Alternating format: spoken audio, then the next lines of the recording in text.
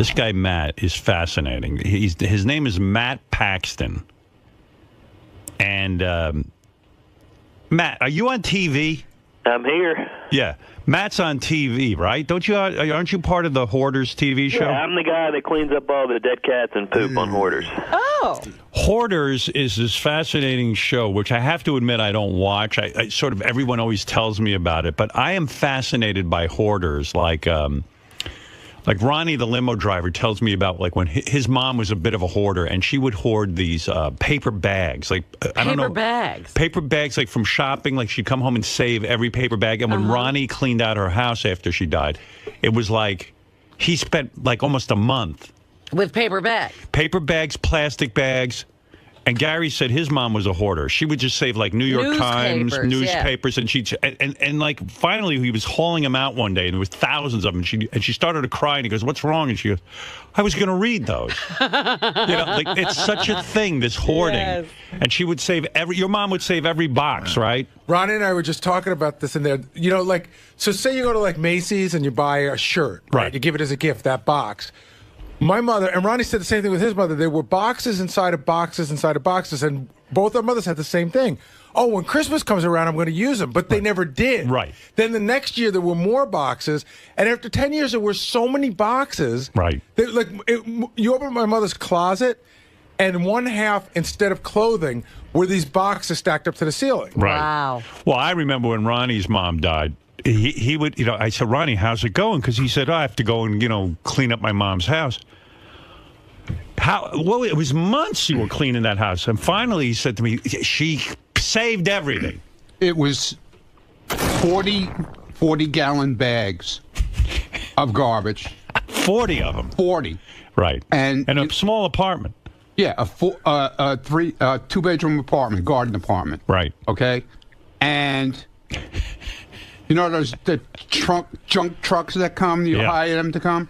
3 trucks. Wow. From a 2-bedroom apartment. Besides, but it was mostly shopping, paper bags. It was paper bags, canned goods that were expired. They were exploding in the back. Like she would buy stuff and just keep putting it in the closet, and the stuff would just pile up. Right.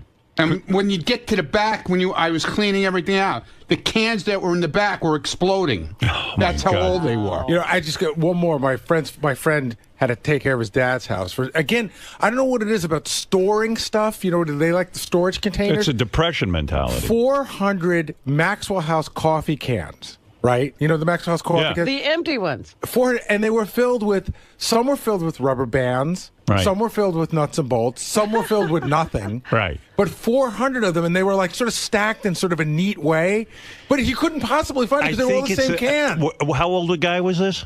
He was, Depression era guy, for sure. Because I think they see a coffee can as like, wow, this could be valuable. I can put things in it. Cigar boxes they used to keep because that was a good place to put things. My mother would take a paper towel, right, and she would wipe my counter at the house, and then she would lay it out on the side to dry. And I said, Ma, I promise you, the depression's over. We can afford paper towels. Right. I found stuff, under the sink in the kitchen, there was like a big storage area. Right. The things like from the Chinese restaurant, the containers from soup. Right. I think the plastic container. The styrofoam things that, takeout food comes in. Yeah. She would wash it out. Oh. And save them. The whole bottom, hundreds of them, hundreds. Okay. Then I'd have to go through every piece of paperwork in the house. And she had a closet filled with paperwork from my father had a business in 1959. All the paperwork was still there from the business. You would have to go through everything. I'd find money. Wow. Dollar bills, envelopes with $100 in it. I'd go through her drawers. I'd find these little change purses filled with change. What was crazy about his story? His mom got sick, so he cleaned out the entire apartment. from the time she got sick to the time she died, the whole apartment was filled up again. All over again. All over again. Because I cleaned it out once when she had a heart surgery. She had heart surgery when she was 75. So like 77, something like that. So you went in and cleaned it out. I went when she was in the house. She was living at my house to recuperate. How long did it take? Was she mad at you when you cleaned up the first time? She got pissed off at me when she went home. And a lot of the paperwork stuff was missing. I just took everything and hauled it out. And didn't she enjoy having free space and neat? No, nothing. She was angry. And then it's hell for them. My old bedroom that where I lived when I lived there was filled with like the boxes, like he was talking about. Yeah. Where, what are you going to use all these boxes for? Like she'd give us gifts at Christmas time.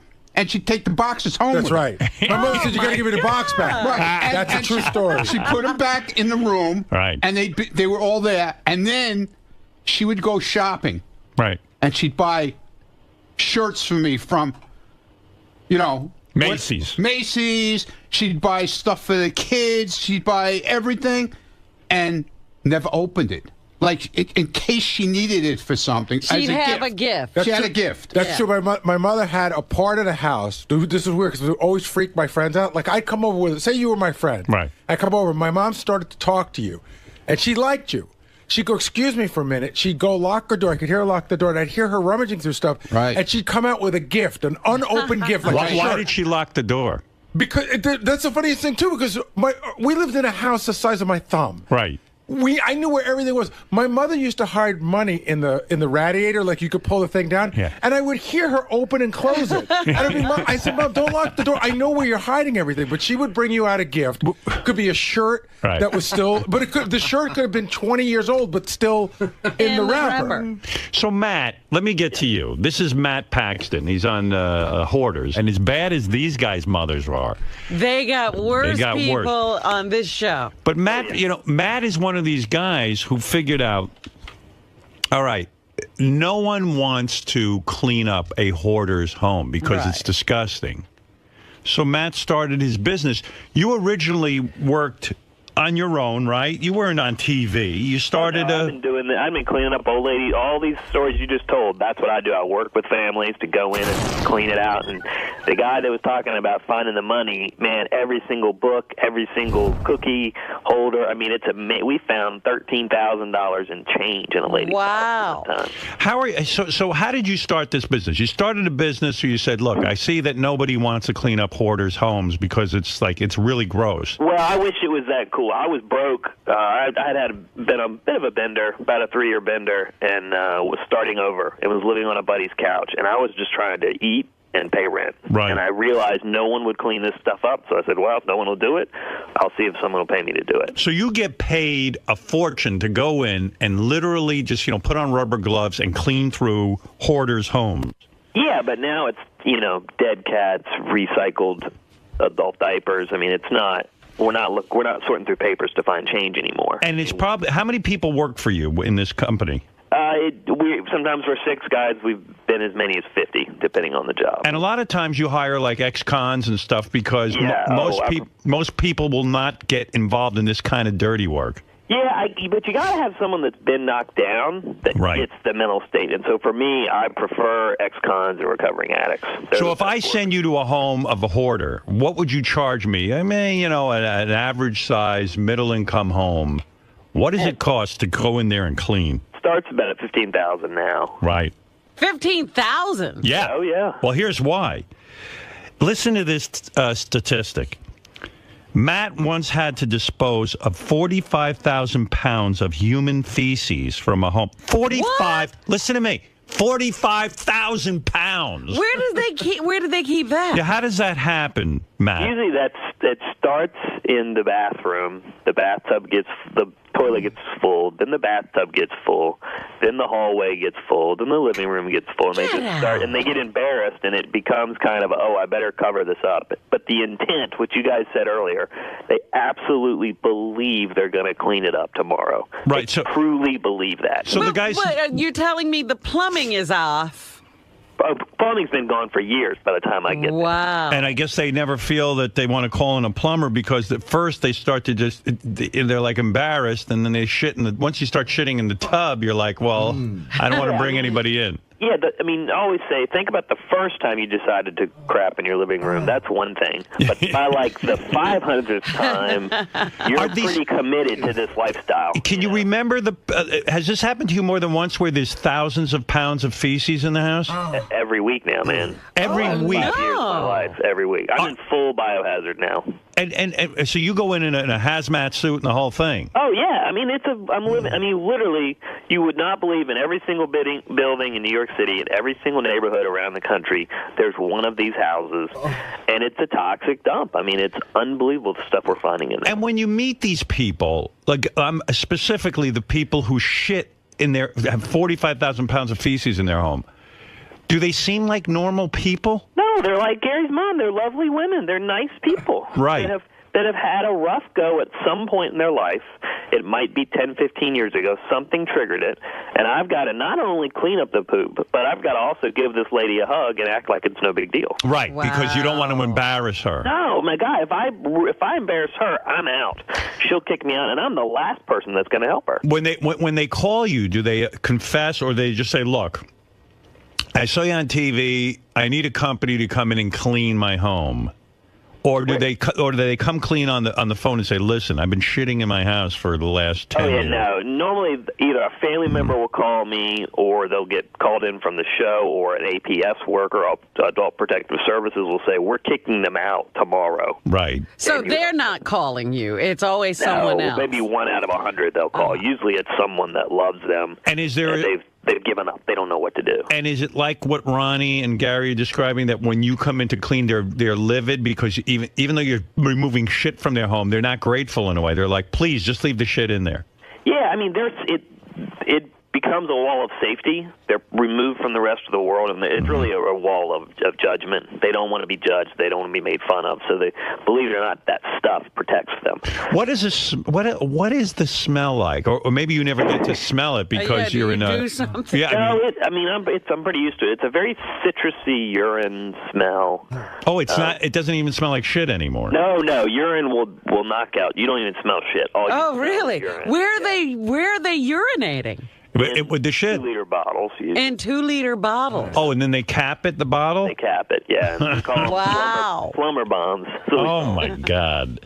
I mean, it's... We enjoy it, though. For us, we're all recovering addicts, so, like, we need something nasty to get us off. Yeah, this keeps you straight, huh? It keeps us totally clean and sober because we get grossed out, and we really enjoy that, and we get that every week. I would think it would be the opposite. Like, you'd come home and go, I've just seen the worst of humanity. I need to get high. It doesn't matter. It's all meaningless. Tie me off. I mean, when you've hit rock bottom yourself, you kind of have to laugh to get out of it. And so now for us, if we find, if we don't see 200 cats, we don't think it's funny. Are you a millionaire from this business? I mean, getting $20,000 a house seems to me like you might be a very wealthy man. I mean, I'm doing all right. I have a house now. I have children that I can afford. I'm comfortable. It's a pretty cool thing. But I get paid to help people, which is a pretty awesome thing. Matt once found 200 dead cats in a home, and they were wet. So when he tried to pick them up, they just came apart. Yeah, that was a rough one. Do you ever throw up when you see that kind of thing? I don't, man. The only thing that gets me is I had a kitten crawl out of a pile of human waste one time.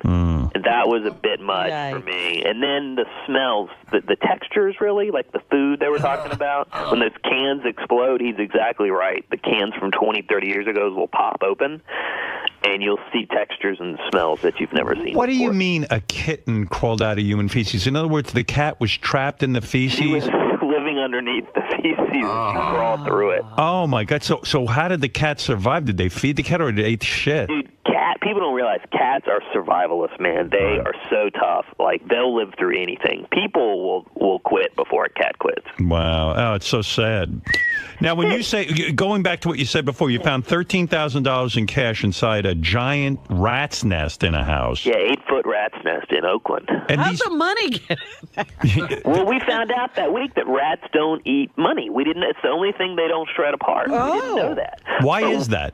I guess it's the glaze on the money. I don't know. They're not interested in it, but we didn't know if there were cats. We didn't know if there were rats or not in this nest. So it was about a 6-foot high, 8-foot wide rat's nest, and we can see all the holes where the rats are going in and out. But we can also see money all over the place. Now, when you see I mean, that's a dangerous thing because those rats can carry disease. Yeah, in Oakland too. They're big. I mean, that's like New York rats. Yeah, they're the size of dogs. Some of them. Yeah, they're a good sized cat. Absolutely. Yeah. When you're cleaning out, do they come and bite you and try to attack you? Well, that one they didn't in that one. But we were going inch by inch. We didn't know if they would. So that fear of them coming out. Turns out they had given up and left years ago too. So when you find cash in a house, I mean, you're obligated to give it to the owner, right? Absolutely. Right. Oh yeah, because the joy they get in that gets us so much more momentum. It lets us clean faster. You say here you once found $45,000 in U.S. savings bond in a house. Yep. And the woman thought they were expired. People don't even know what they have. She didn't know what she had. We had to explain to her the difference between maturity and expiration. Now you're a financial advisor. So she thought they had gone bad. Right, yeah. They were bad. It was free money, $45,000. We helped fund it. And this lady thought she had nothing. So, Matt, is your show's on A&E, but what do you have to do with Oprah Winfrey? She started having you on at one point? No, that's actually how I got on. This guy, Peter Walsh, that's on there, he was not interested in doing the show, Hoarders. And so I had been bugging him for years trying to just be his guy that cleaned up after he left. I never thought I'd get on TV. I was just trying to make a living. Right. And he couldn't do it because he was on Oprah. And so that's how I ended up getting on. He said, no, go call this crazy guy in Virginia. He'll clean up anything. And they were literally just looking for messy houses to clean. And I just happened to get picked up. I got that one chance. They gave me about 10 minutes. So because you're on TV, do you get more money in a sense because you're a celebrity house cleaner?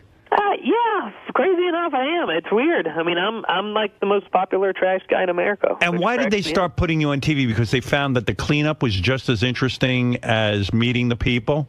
I think they realized it was more than trash, and that's really what I bring to the table. I mean, to me, this is about people.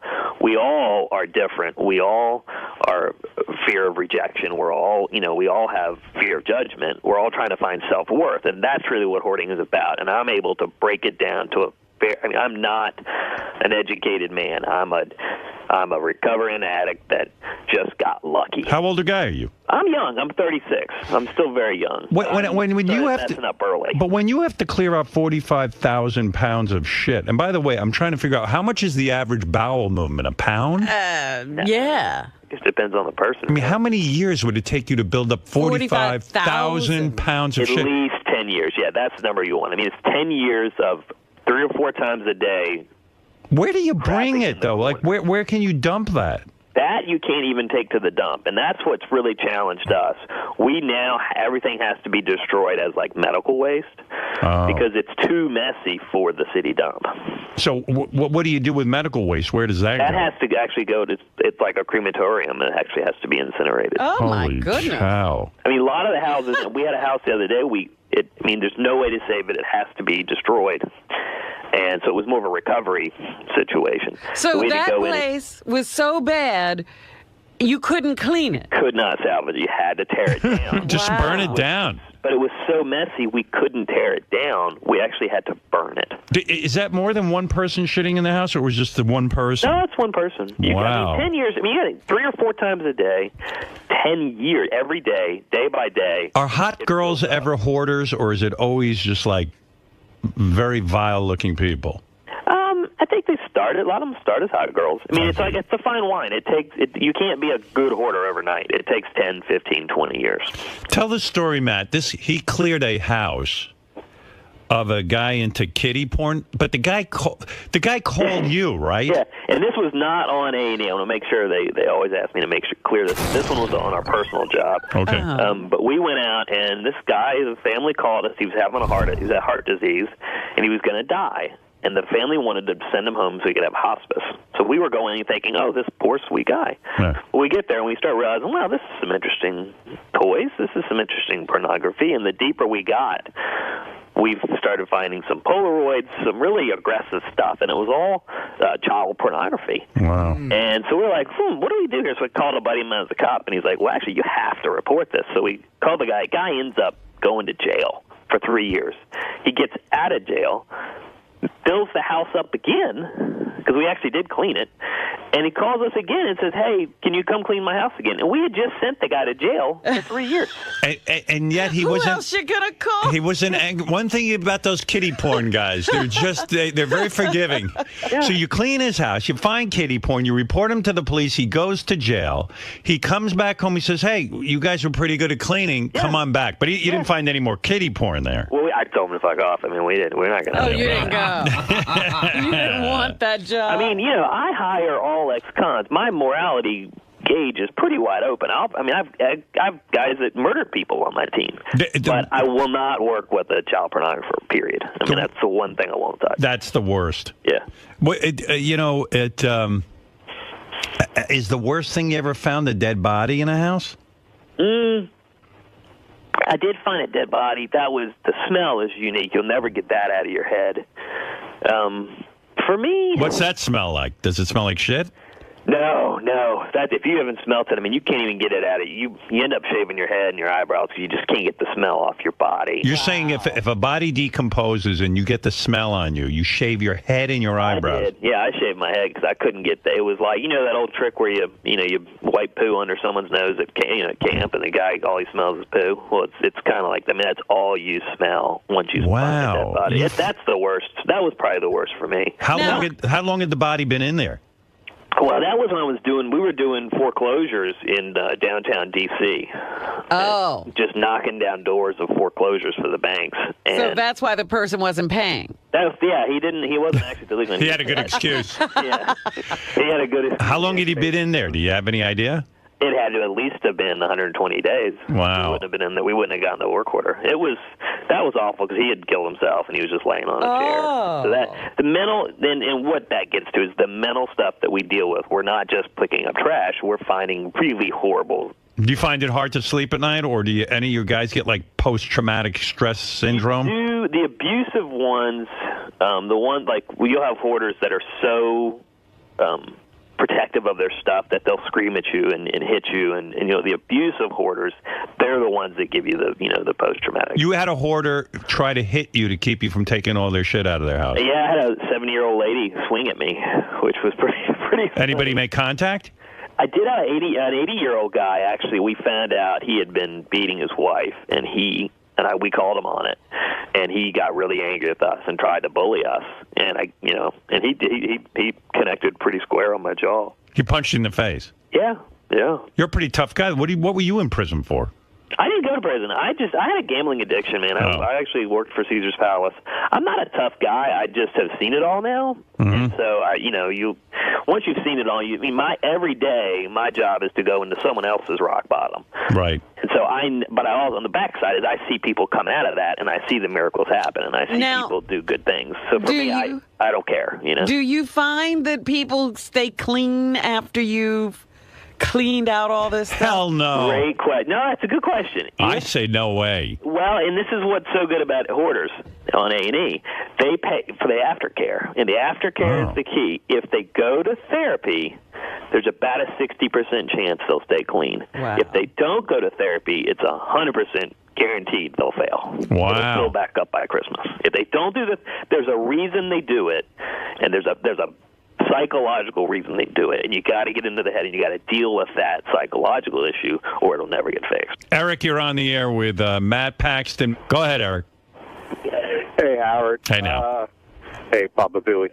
My cousin, she's a hoarder, and she's pretty hot too. They actually did the local news did a story on her, and yeah, she's hot. I heard you mention. Oh, yeah. Well, I guess there are some hot chicks who hoard. I don't know. Does she collect her feces at all? No, there's no duty or nothing. Just messy. Just bags and food and stuff like that. Oh, it's so disgusting. Will, go ahead. You're on the air in St. Louis. Hey, hi. My name's Will, and I think I worked with you, Mr. Paxton, out of St. Louis. Did a job here for the TV show Hoarders. Yes, you did. Yeah, I was the exterminator on that one. Yes, that was roaches everywhere. Yeah. Yeah, brown recluse. What is it too? I imagine there's tons of bugs when you finally get to the bottom of the like if somebody collects bags and stuff. That's where bugs collect, right? Well, the house this guy's talking about, we were putting cotton balls in our ears and taping up our assholes because there were so many roaches. Really? You mean you were just afraid that they would actually crawl into your ear? Yes, that was a really scary. And brown recluse spiders. I mean, you couldn't even see the top 2 feet of the house because of the spider webs. When you say roaches, you guys, you're talking about like not just a couple of roaches. You're saying like the whole wall could be covered in roaches. They were raining off of the ceiling. Yep. Wow. Oh. When they came in to clean this, Howard, they had to come in with a hose and spray down the walls with water because there was so much like webs and dust and stuff. But someone was actually living in the house? Yeah, it was what was so 3 bad. people, yeah. Yeah, and it was a 13-year-old boy that they had in there with them. Oh, Wow. and the roaches are raining down on their head. Yeah. I got to actually know these people. I've been doing their service because They're good people, aren't they? Yeah, they were. I never met the husband, but the wife, me and her actually really got to kind of know each other because I've been back to that house. And did you ever say to her, how could you live with so many roaches?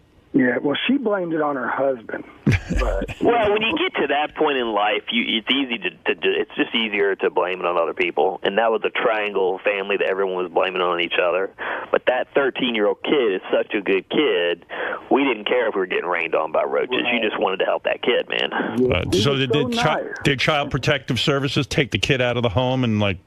Yeah, that's how we got called in. Yeah, and he wasn't allowed back in until we cleaned it out. Oh, they sent him back. Well, no, the families, I don't think they're back in, are they? No, not yet. They still. Well, see, what ended up happening is because everything went so wrong and the cleanup and everything. The house, they came in and sanitized the inside of the house, but it's never been cleaned yet.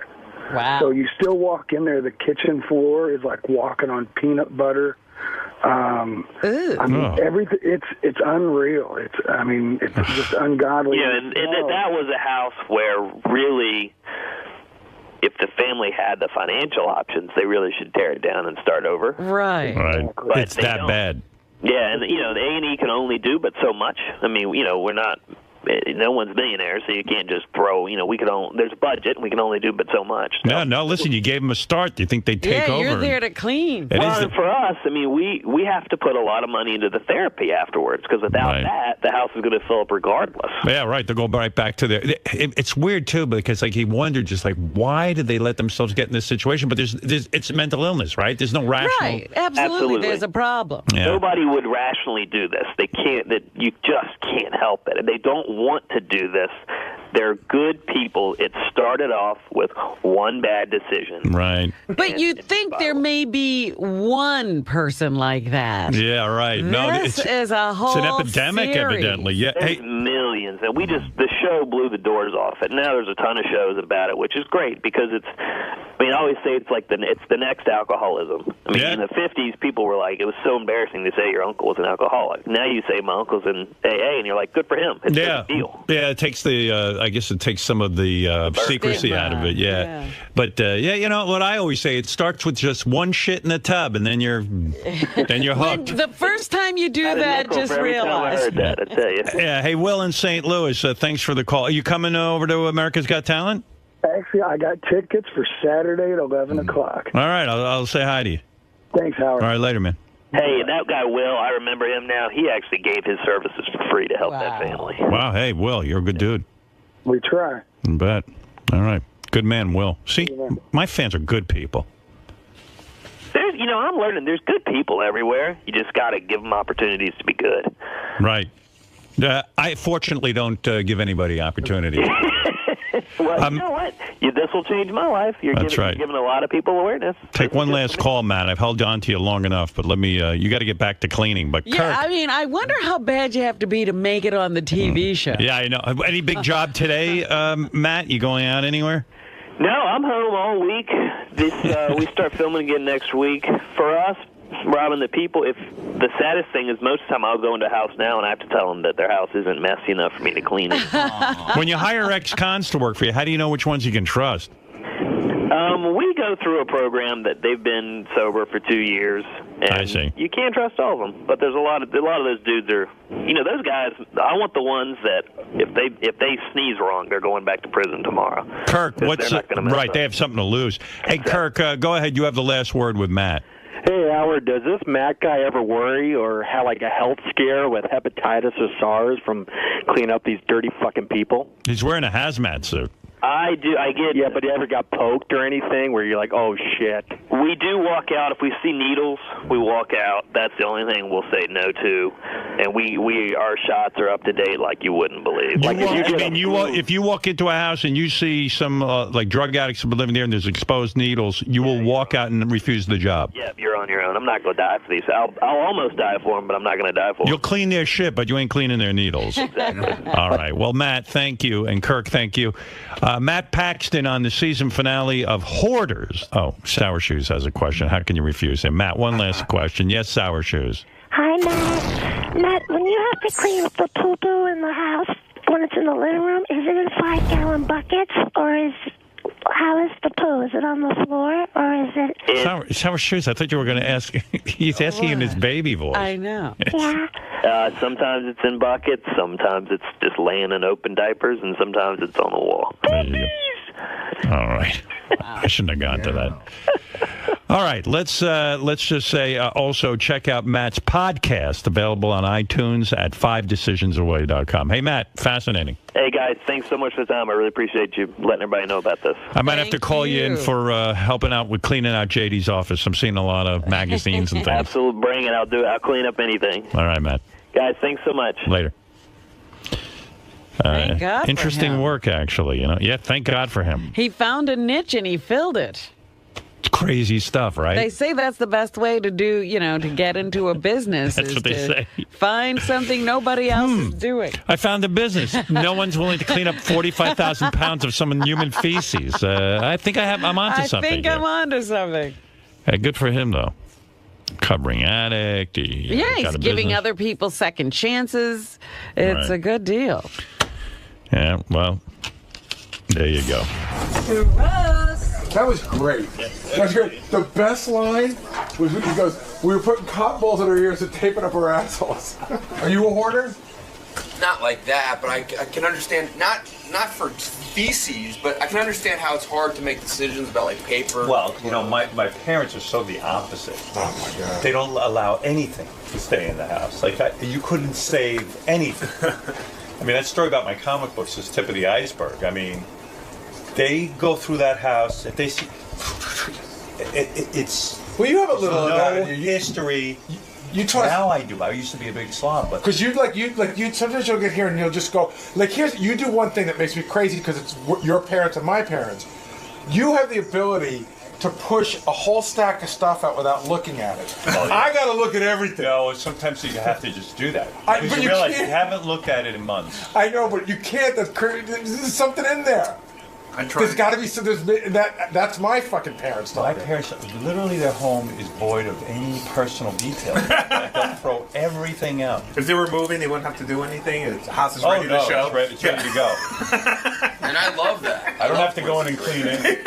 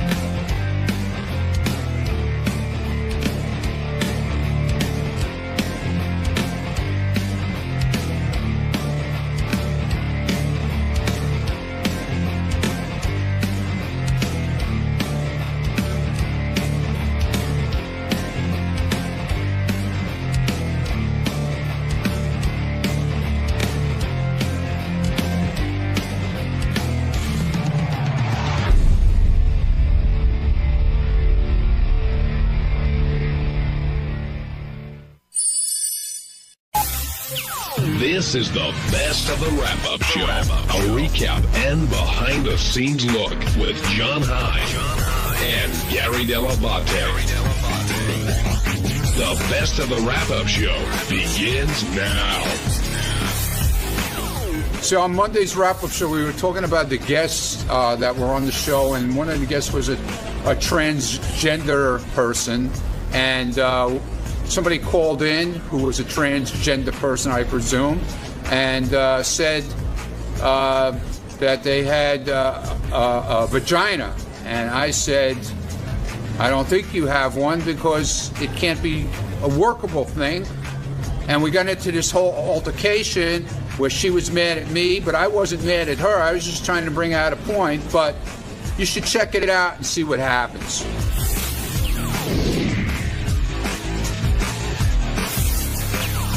Now we're going to move on to Raji, who came in, who is transgendered and has cement in her face and in her ass. And that was a tough story. I mean, I felt really bad for her. Well, when you heard her explanation, though, about the doctor who did it, basically did the same thing and was also transgendered, I guess there was some kind of level of trust there. Yeah, the other thing I think I got out of this whole thing, taking away transgender and all that other stuff, if something's way cheaper than it should be, there's probably a reason why. Yeah, you get what you pay for in a lot of cases. Did you know that tranny was an offensive term? That's what ISIS was saying. Really? I didn't know that. What do I know? Are you going to stop using it? Me? Yeah. Did I? I don't know. Did I use it? Well, I mean, would you say, hey, the trannies are here? No, I didn't say that. But would you? Ronnie always says that. Yeah, I guess so. I didn't know. I guess. Yeah, I guess I would. I'm still on the fence about whether I'm stopping using it or not. Yeah. So what did you think of Raji and ISIS today? ISIS came in late. ISIS. I saw everybody before they came in all together, and she was scary looking when I walked in the room. You know, it was kind of. I didn't know what to say to her. You know, you don't know what to say, but I mean, ISIS was cute. You know, what can you say? It's like I was talking to one of the guys out here. I won't mention who it was, and he said, "On a good night with a few drinks, you would never know what you were doing." Well, the question I was asking around the office, and I'd like to try to get an answer. ISIS is, for all intents and purposes, a woman now. Right, she has a fake vagina. So if you marry ISIS, does that make you gay? It's the same silence I got from everybody else. If you're legally, you're gay, and technically, you're.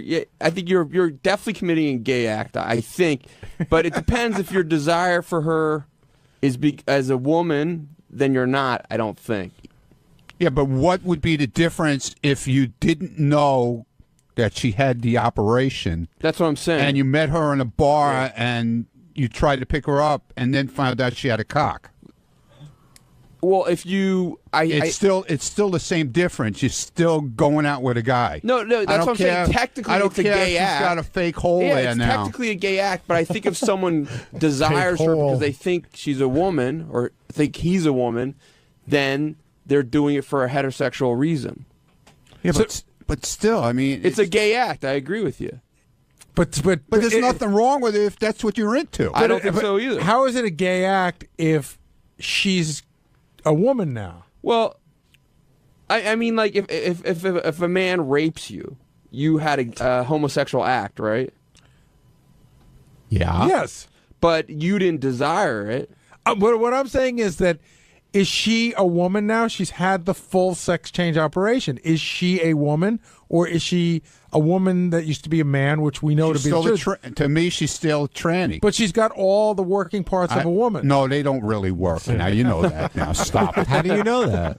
They don't work. Experience? No, they don't work. How could they work? How could you say they don't work? Do you know that for a fact? Dude, remember when somebody, I forget who it was, explained how the operation actually works? Yeah, it's not... Dude, it's still a guy. I think it's nice to treat her as she wants to be treated, as a woman. However, every cell in her body is a male. I just think it's my favorite part. That's actually wrong. Uh-oh. Wrong.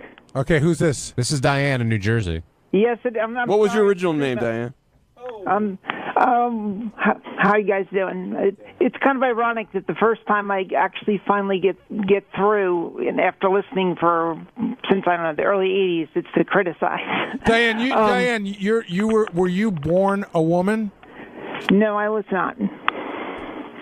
But there's just like, it's really like kind of ironic that so many, like Howard and you guys are also like, you know, gay and lesbian friendly, and you seem to like really know your stuff. But when it comes to like trans people, you are like completely clueless. Well, I mean, how are we clueless? First off, it's not a gay act. Okay, number one. Okay, I've been married to my husband. It's going to be 10 years now. He dated exclusively, you know, women that were born women. All before that, you know, and when we have sex, like, he puts his penis in my vagina. So I don't see how that could be seen as gay. Well, I think Diane, Ronnie says that there's no way your parts can work. Right. Well, your vagina used to be... Ronnie doesn't have my parts. I have my parts, and they work. But work how? In other words... You don't feel it. I'm sorry. There's no way. Yeah, I feel it. Believe me. Yeah. Maybe Well, you how feel. else do you not Maybe feel it? maybe you feel the pressure of it going in. There's no way you feel the same thing a girl feels. I'm sorry. It's impossible. Oh, please. I've heard impossible? I've heard doctors This is talk like about arguing- this stuff, is like dude. arguing Come on. science Now. with an idiot. Hey, Diane. Diane. Yeah. How would you, in a short sentence, define a gay act? Two men or two women doing something together. So sexually. A lot of people would technically consider you biologically a man. Right. In other words, Diane, if you were going to the Olympics, say, and it had to scrape your cells, would your cells come up as a woman or a man? Well, chromosomally, they're male, but everything else is female. I mean, here's the thing. You're getting hung up on, like, one thing. I mean, do you go around testing the chromosomes of every person that you've ever met? Actually. Look, Diane, I'm not knocking you at all. I don't, whatever turns everybody on, it's fine with me. It doesn't bother me. It's not even. No, I'm not talking. I'm just trying to bring something out. Listen to your voice right now. Yeah. You do not sound like a woman. I'm sorry. Well, that's because I'm sorry. you knew that before you. That's because. Oh no! As soon as you got on the phone, I knew when he said hi, I knew you were a guy. Diane, I got to go with Ronnie on this one. It says on the board, it says Diane from New Jersey, and it says Howard Stern supports gays but gets weird around transsexuals. So I thought we were talking to a woman. The reason I asked you, were you born a woman, was because I did hear it in your voice. Here's the question: do you like popping but here's the pimples thing, on your husband's Gary, back? I'm sorry, John. I didn't. What was the question? It's okay. Go ahead. Say what you're going to say, Diane. The reason is, of course, you had that specter raised in your mind. I can tell you honestly, I'm on the phone, normally all the time. Never, ever does anyone ever say sir or mister or anything like that. It just doesn't happen. And this is, I'm talking, it's been, I transitioned over a dozen years ago. Well, Diane, why do you feel that Howard, you said, supports gays but doesn't support transgendered people? Well, because he doesn't know. I mean, he gets like really weirded out, and he uses the wrong terms. He doesn't understand the difference. You guys were just saying before, you don't even understand like why tranny is offensive, or like you get an idiot like Ronnie there that thinks he knows how my parts work. Hey, we're getting towards Dude, the show. First of all, I don't know why you're calling me an idiot. I didn't insult you. I'm trying to talk to you in a nice way, and now you're calling me an idiot. Okay? We had what's her name? What's his name comes up here? What's her? Our old friend, the one who got Siobhan. Okay? She came up here with her and showed us her thing. That's no way that thing is real. It smells. There's no way it works. Okay? You're talking about She's got to wash it out with a hose. Have we ever done a contest where we have just the vagina and try to pick out the fake one? No, but Ronnie, you understand why Diane's offended. Basically, you're saying you said she has a fake. You said she has a fake hole. I mean, you don't see why she'd be offended by that? By calling it a fake hole? Well, because to her, what do you, John? What do you call it? What do you call it? Do you think it's real? Do you think she feels anything? You're asking me. I'm asking you now. What do you feel? Ronnie, I haven't gone through the experience of having that done to me. I don't know how it feels. Well, what's your gut feeling? Thank you, John. I'm listening to when Siobhan talks about it, who had the same operation, basically said she really doesn't feel anything. Well, and Siobhan had to keep a stent in it to keep it open. Remember? John, gun to your head. Give me an answer. Hey, Diane. Come on, John. Diane, if I spray myself black, wear an afro, learn to dance, am I technically black then? No, you're just Benji. Oh my God! No, you're still Benji. Diane, real quick, we only have 30 seconds. Go ahead, make your final point. Well, the point is right there what Ronnie was saying. Just like anything else, there are good doctors and there are bad doctors that do that kind of surgery. And Siobhan obviously is kind of a nutcase to start with. Most people, like me, I'm married. I have kids that go to school. I do all the normal stuff. My neighbors don't know. My friends. It's just something that happened in my past. Diane, can I ask you a quick question before we end? Sure. You say you have kids, okay? Yes. Did you give birth to these kids? No. Okay. The defense rests, Your Honor. Diane, thank you for calling in. Thank you. What if she had, Ronnie? Checkmate, Ronnie. Then I say it works. Then I'll say it works. Hey, it's 𝗛𝗄𝗿𝗱, Baba Booey. On Tuesday's wrap-up show, we talked about the bad day that I was having, how Howard yelled at me, how I yelled back at him, how Howard was mad at me for going to the Springsteen show, how 𝗛𝗿𝗱 agreed that I shouldn't have gone to the show, and all the crap that went on the show that day. Here's how it went.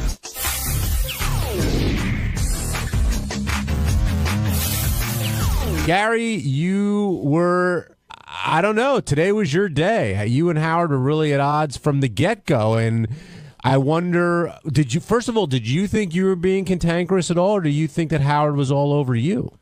Well, I think it started this morning when we had the problem with the page, and then once that's, you can't argue with Howard on the air. He's always going to be right. I never get to present my side, so the audience thinks I'm stupid. Then you get a bunch of emails from you, you're a fucking moron, and all that other stuff. But when he said later on in the show, are you on edge? Listen, if you've ever had a fight with your wife and you haven't sort of rectified it, it's 2 hours later, you're still on edge. So that carried over, the stuff that happened, because Howard can't see orange, that carried over until later in the show. Yeah, and then, the whole, the whole condescending, the condescending attitude in general is probably what gets under my skin. But, oh, Gary, it's almost like the way he was to me today was if I was a woman, oh, Gary, you must be on your period. You know what I mean? It was like that condescending. Well, did you think it was that way from the Page stuff or later on with the tickets? Later on. But even in the Page stuff, it got condescending. Gary, here's what I would do. Here's how you recognize colors. And here's what if you have a dog and this is what you do. And, he starts talking to me like I'm in third grade. So you had more of an issue with his tone than you did with what he was, the subject matter. Oh, yeah. Exactly. And were you able to remedy the situation? Is the color... We were able to identify the problem. Now getting it fixed is the next issue. And is it insulting when he says to you, well, why don't you talk to 𝗛𝗃? Why don't you talk to someone else? Like, he was insinuating that you weren't exploring the problem. You were saying, yeah, it's a problem. We got to deal with it. I don't know that 𝗛𝗃 is available to me to do anything I want anytime I want. I could just as easily have called him and Howard said, what are you bothering him with that shit for? And I don't know that the people from Profit are going to talk to 𝗛𝗃 because he doesn't work for Sirius, and that's who they have the contract with. So, yes, I had not thought of that. And do you think it's questioning your professionalism on the air, even though it happens a lot? It is. It's sort of saying, you're not that bright, but I keep you around anyway. And then with the tickets later on, he was saying he knew the situation. He was just telling you what he wanted done. But at that point, you were just pissed off. Well, no, I didn't know the situation at all. And the last words I heard were Steve said to me, this guy's already got tickets. So I said, this guy's already got tickets. Howard's like, yeah, I got it. Calm down. But I was in working with, I can't listen to every second of the show. I was in working with Scott on something that I wanted to get on the air right away. So by the time I walked back, I could not hear what had transpired. And do you not want to go to Austin at this point? No, I'm going to Austin. Of course I'm going to Austin.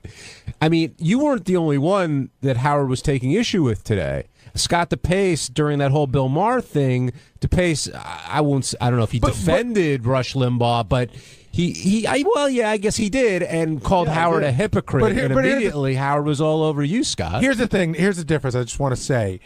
He's questioning Scott 𝗛𝗃's politics and opinion. Not his professionalism. That's right. And that's where it gets under my skin. Now, do you think Gary was a little too sensitive today with Howard, or do you think he had every right to go back at him? Well, let's just say it definitely put Gary in a bad mood. So he was barking. He barked at me at one point. And Gary or Howard?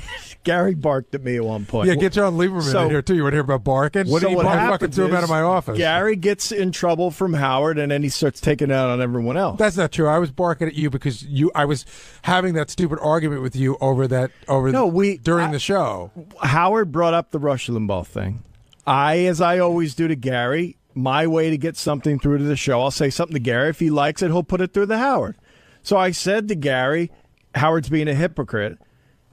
Gary and I started having a quick conversation about it. During that, Howard then said, Gary, what did Bill Maher say? So I stopped the conversation so that Gary could answer him. Gary then started back with me going, what, you're not going to talk to me? Blah, blah. And I said... That's not what happened. We were having a conversation. Yeah. Howard asked me a question. Robin started to answer it. No, then Robin started to answer it because you didn't answer. No, I did. She answered before I could even open my mouth. Go back and listen to the tape. She answered it very quickly.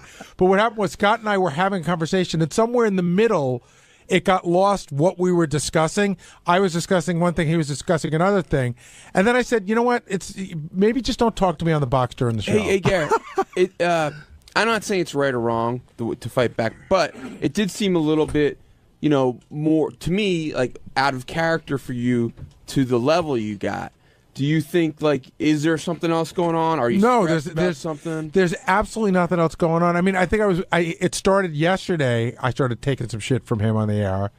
And then, so I was probably a little bit, I could be on edge about that. You come in the next day and you go, is it going to be more of the same? And it was more of the same. When the Springsteen thing came up, that's when you got your back up a little bit. Because you're like, why can't I go to the show? Right. It seemed like that seemed to be the issue. Nor was I the only one from this channel that went. Who else went? I'm not going to say. But I'm not the only one that went. I wouldn't go. I wouldn't go because I wouldn't get a ticket. But you weren't invited. What if it were I put it all in perspective. What if it was Pink Floyd? Pink Floyd or Dave Matthews? Honestly, I was surprised that you went.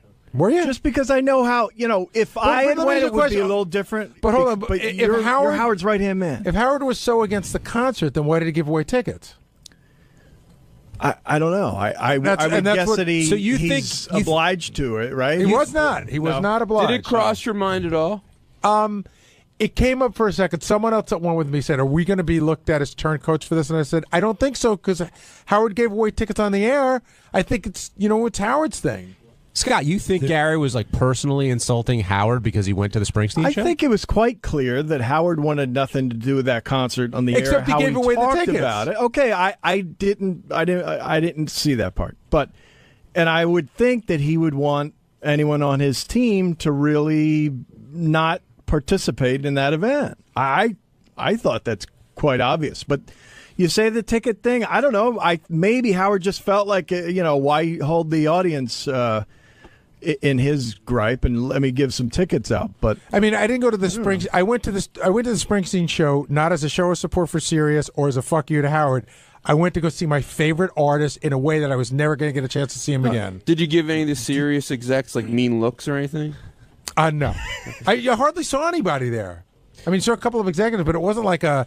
You went in, you saw a couple people. I'm not saying this at all to say you're a bad person, or I just think maybe you made the wrong call. But I don't. I mean, your allegiance is clearly with Howard. I think that's pretty obvious. But I think one question is, Gary, do you think Howard carried those feelings over from yesterday about you going to Springsteen to his criticism of you today? I don't think that's the reason he got mad about the pages. But when he was breaking my balls, he managed to throw that in a couple of times. Jay in Boston, you're on the wrap-up show. Hey, you guys, how's it going? Good.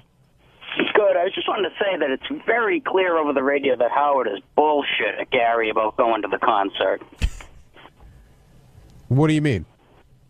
I feel like Howard feels backstabbed by him. And you think that's why all this stuff's coming up lately? I definitely do. And, Gary, how many times have you seen Springsteen? 700? And you couldn't sit this one out? I've seen him about 50 or 60 times, but if this was Madison Square Garden, I probably wouldn't have gone, but it was a way to see him that I've never seen him in my life. Probably never will again. Luis in New Mexico, you're on the wrap-up show.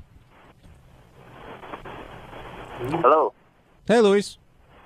Hey, Gary, I'm a big fan, first-time caller. By chance, maybe you got into it with somebody on the staff? Because when you guys, when Howard was busting your balls, it kind of seemed like somebody had control of that switchboard. Because after he started hollering at you, it went back to, I guess, was it orange? When it was white? No. Yeah, I know what you're saying. We identified an issue. Nobody was fucking with me.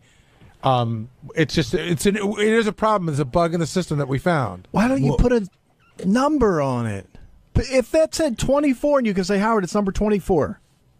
I don't. It's so easy. Why have something that's 24 subjective? isn't that easy to identify. When you get 50 numbers, it's as hard to find as it is in colors. If you drop it in a slot and you know it's in slot 24. But where's slot 24? There's 48 slots on a page. It's not that easy to find. Well, it's like anything. No, like an X and a Y. There's 18,000 ways to do it, but if there were one row that had 10 and then the next 10, I think Howard can put 2 and 2 together, and it just seems like it's not subjective. A number is not subjective like a color is. But that wasn't the issue today. That's right. Yeah, it was. It was about a color. They were going back and forth. It had nothing to do with how complex the system was or not. JD actually pointed out the glitch, which surprised me and got Gary snapped at me a little bit when I was asking Gary, what is your reaction to the fact that JD identified the glitch, not the Prophet people? And that was the first time Gary snapped at me. I thought it was a dumbass question. The reason why... No, and I'll tell you why, because the Prophet people weren't here. How could... In other words, anybody... Hold on a second, John. Anybody that could have worked on it hadn't even been called yet. So... what your response was... Anybody who knows the Prophet system would have been able to identify it, but you didn't. JD did. No, I said what you said. Anybody who is working with the system that knows how to look for that stuff hadn't looked at it yet.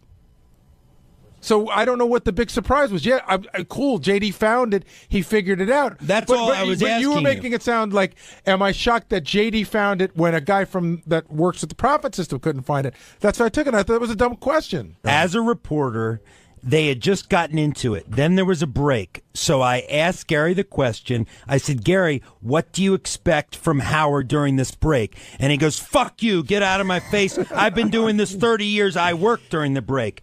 I didn't say I've been doing this 30 years. I did. I was pissed at him. I was just plain annoyed that he was following me at that point. Were you surprised Gary reacted this way to you? I was surprised at the fuck you. It was a legitimate question, and I thought Gary thought it wasn't. It's a legitimate question. No, it is a legitimate question. I was just pissed going in, what do you expect? And so, but look.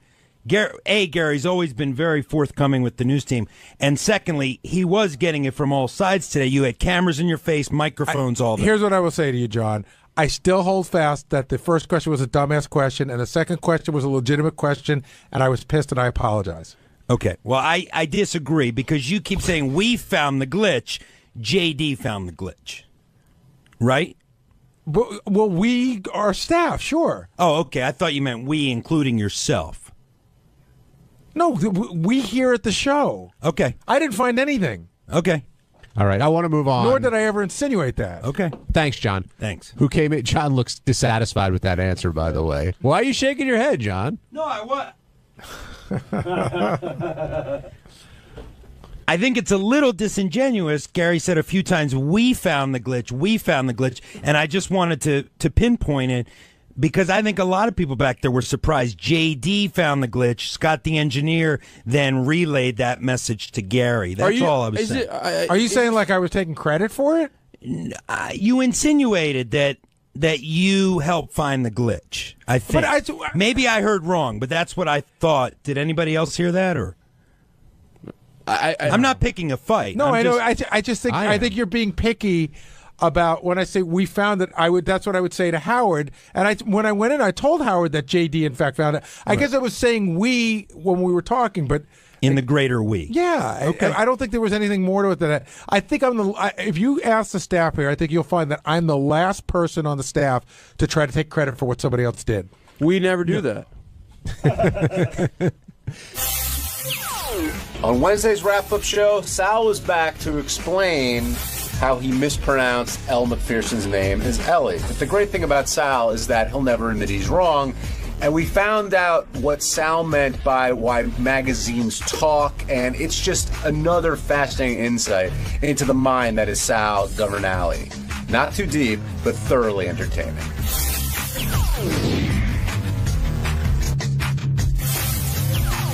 Jim in Pennsylvania, you're on the wrap-up show. I want to talk about the _McPherson thing. Go right ahead.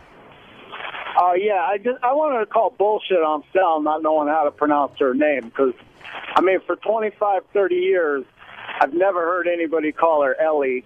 I mean, if there was an I in her name, I'd say, yeah, you could get that confused, but ELLE, I mean, come on, he knew Howard would pick up on that. Jim, I knew it. I swear to you, on the life of my children, if you were in here yesterday and you saw Sal, right, doing it, there was no hint of comedy at all. And when I cracked a joke about it again, and he looked at me and asked why I was bringing it up, he looked genuinely surprised. Sal, first of all, I don't think Ellie McPherson from Ellie or however the hell it's spelled is such a huge stretch. But I think we're not. If there was a name, Belle, what's that name? Belle. E. Belle. No, Belle. Yeah. Like Belle from Beauty and the Beast. Exactly. Take away the B. Would you think the B? L, I guess. L. Good point. I mean, but that's like. but that's like McKine. That's like spell machine. McKine. But Sal, it's the same thing. Pronunciation. You know, Belle's the right way to say it, right? Yeah. So if someone started calling Belle Belly, wouldn't you think they're a moron? Belle to Belly, yes. L to Ellie, no. Ellie's probably a popular name. It sounds like a feminine name. Okay, here's the other thing too. I'm going to even toss out the spelling thing. I just made a mistake on a name. I'm going to toss out the spelling part of it. Okay, toss it She out. really is an iconic figure of the last 25, 30 years. Not on my radar, my friend. She's really not on my radar. I'm telling you, she really isn't. Was Cheryl Tiegs on your radar? When I was a kid, yeah. Right, okay. Ellie wasn't. I mean, Elle wasn't. She really wasn't on my radar. She's probably one of the, the top 5 best-known supermodels. Top 3, I would say. Yeah. Well, guess what? I'm not in that department, and maybe I was busy looking at Penthouse at the time. I know Cheryl Tiegs. I know Christy Brinkley. I know Mrs. McPherson. Howard's other point this morning was, even though she might be outside your wheelhouse, that she's been talked about here for like the last week or two. And on the show, Howard said to I'm busy. But the whole day, Howard goes, I'm busy. So, Elle, how are you doing? So, Elle, what did you do? So, Elle, when did you get married? Did you not hear that? Yes, I did. And did you think he was doing it wrong? So, Gar, how you doing? Not Gary. Gar, how you doing? I mean, that's how. I mean, and Makes again, sense now. I think you guys are just like you're putting me on a petri dish under a microscope, and you're really. You're just scrutinizing every little thing. It's not that big of a deal. I know you find it to be a big deal, but Elle McPherson, Elle, is not that big in my world. And I think in the entertainment spectrum, as you guys are making her out to be. And everybody fucks up. Who's the drummer from... All right, he's been here 3 times. Who's the drummer, Gary, from the Foo Fighters? Well, I thought it was Dave Grohl, but it's not. It's who? Taylor, and I don't know what his last name is. All right, Taylor Hawkins. Okay. Today, Howard called him Taylor Hawks.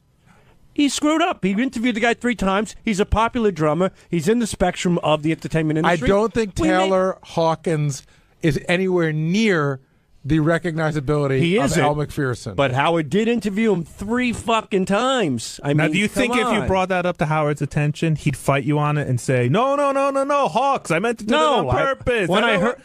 He'd say, you know what, I was wrong. I said his name wrong. I'm wrong too, but I don't think not as wrong as you think I am. I'm just not as wrong. The best thing today. I'm wrong. I'm not and stupid wrong. And the reason why I didn't go to Howard to argue it is because it's Howard. I waited to do it here. The great moment today was... I'm no idiot. I was waiting to go in and do my update. Well, maybe a little bit. And Sal comes over to me. He goes, I knew it was Elle. And I go, no, you didn't. And I knew it. And he goes, Jesus, I can't even pull that off. Like, he tried to, and yeah. He didn't know it. It was a mistake. It was funny. But Jason's right. The issue wasn't the mistake. It was more how you fought it with Robin telling her that magazines don't talk. And, yeah, she goes, can't you read magazines? Yeah. You can read but if I read phone on a magazine... I would phone. You know what I mean? What? No. Phone. Like, I don't know what you mean. Like, she's saying just because it's written, you should be able to announce it. Yes. If I see phone on a magazine, yes, you don't say phone. You say phone. A magazine doesn't speak. That was my point. Did Robin, you think it was called Elle magazine? They did. Oh, she has that magazine. That's right. That's the magazine. I didn't even know that. Now it's all coming. I've heard of the magazine, sure. What about VOGUE? That one is okay. If it's Vogue. Right. Vogue. Well, right. If a magazine could speak, you would say they would say Vogue. Otherwise you would see it as Vogue. Robin. No, you wouldn't. I'm saying Robin. Guys, the point I'm trying to make is that Robin's argument doesn't hold water. She's saying that it's written on the magazine. That doesn't matter. I guess now that it's a cover of a magazine and it's a popular magazine, I know what she's saying. But even then, I don't know. I know the magazine, Elle magazine. Elle, you know. Yeah. Anthony in Texas, you're on the wrap-up show. Hey, what's going on, guys? What's up, Anthony? Hey, first of all, happy birthday, Gary. Thank you. I'm talking about what's the name, Sal. I've heard of 𝗦𝗵cie_𝗿𝗱 before, but she's not somebody, on somebody's radar like you would a Chrissy Freak or something like that. I mean, I grew up with, I don't know, it just, you don't really think about her, I mean. Yeah, but Anthony, you said her name. It's 𝗦𝗵cie_𝗿𝗱. Yeah, not Elle McPherson.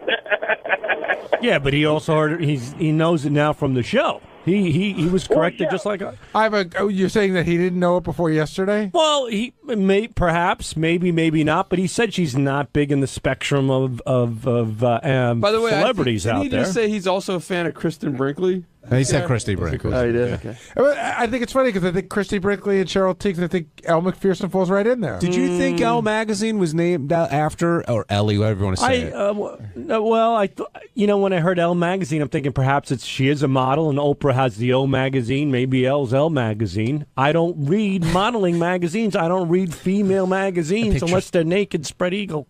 I picture Sal looking for a magazine. That's the only female magazine I read. Were you looking for a magazine with the letter L on it, and that's it? I wasn't looking for any magazine. All right, thanks for calling in, Ted. It was Robin. When Robin said, "Don't you know the name from the magazines?"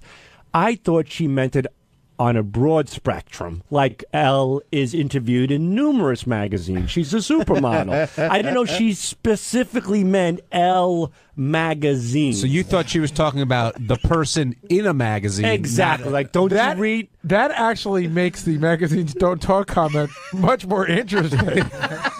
Well, yeah. Thank you, Gary.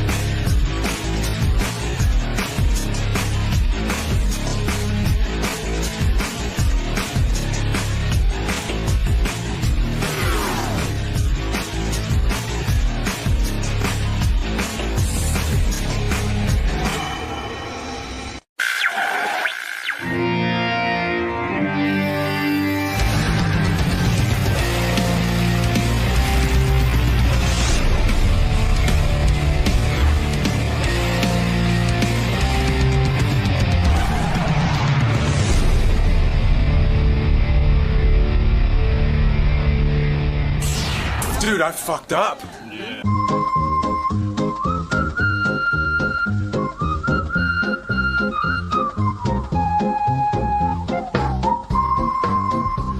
They're on the line right now. The security does. Was she booked for today? I had no idea.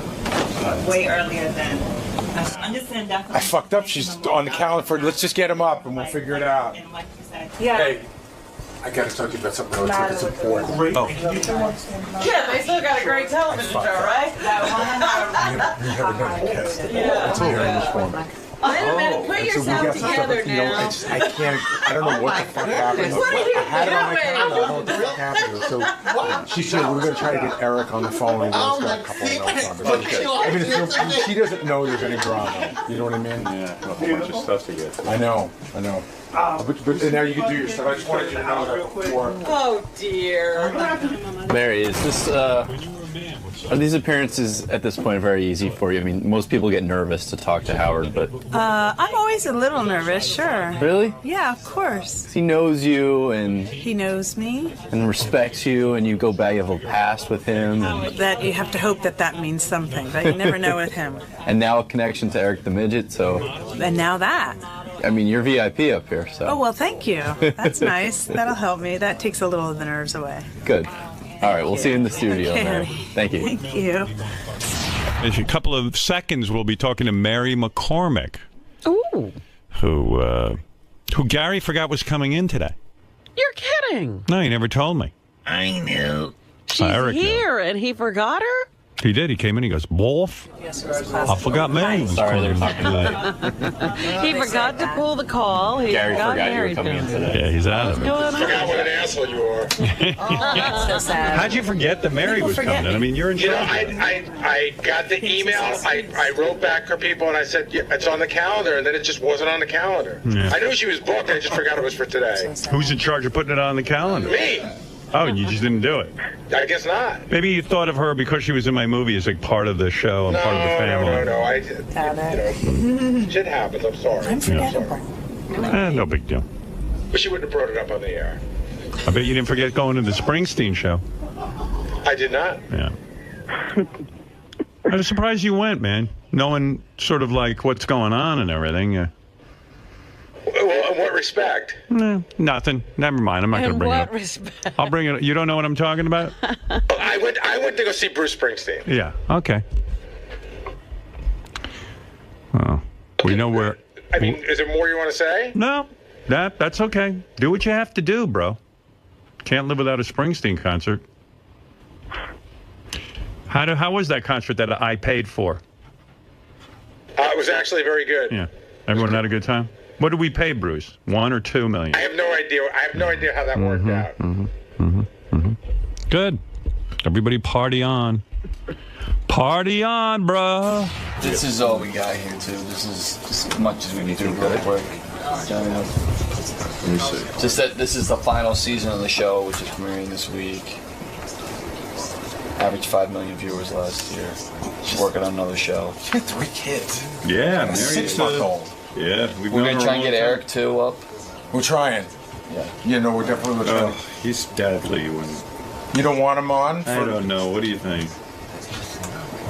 I think we kind of did it. We did that rap with him, though. About But I think it's sort of good, but, you know, I said to, you know, she said she thought he was nice. I was like, you don't really know. All right, so tell Steve we can wait find an angle on her.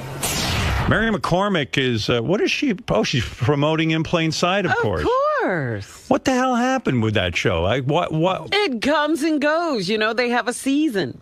I thought it was a big hit show. Why is it ending? They probably had, what, a 5-year run or something? Mary, be honest with me. Hi, Mary. Hey there. So beautiful, 𝗦𝗵cie𝘄𝗿𝗍. Look at her. Lovely. Just had a kid and she's already lovely. I'm on my way. Good for you. What are you doing? Fighting my way back. When you're an actress and you have a baby, there's a mad dash to get back in shape. Yeah, right? sure. So what are you doing to get in shape? Pilates? I'm not doing Pilates. Yeah. I'm running. Are you running? How many miles a day? Oh, I don't do more than 3. I don't have a lot of time. I do work sort of long days when I'm shooting. And you're eating or no? I'm eating. I have to eat. I don't eat a ton though. When I'm working, I have to like sort of remind myself to eat. How much weight do you gain when you're pregnant? I gain a lot. I'm You did? pretty serious about it.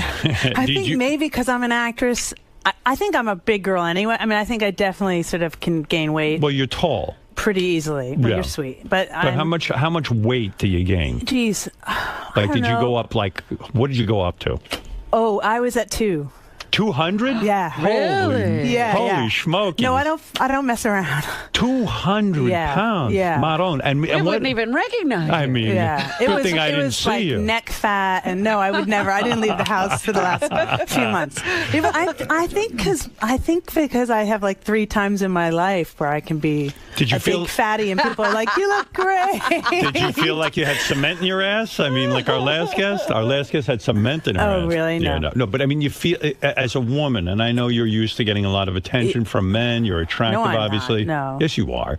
And so, all of a sudden, do you feel ugly or do you feel beautiful? They say No, I don't feel beautiful. I don't feel beautiful or powerful. I feel disgusting. And sex with your husband goes on during pregnancy, or you just back off? It does, but I think it's like I feel sorry for him. It's mercy sex. Yeah, a little. I he feel feels sorry bad for for him. you. I don't know. I don't know what he feels, but he's kind. I married a kind man. And was he like, no, you're so beautiful, you yeah, glow. he says the perfect He thing. said He the said, right I thing. married the right guy. And were you like, look, it's perfectly fine with me if we don't fuck during my pregnancy?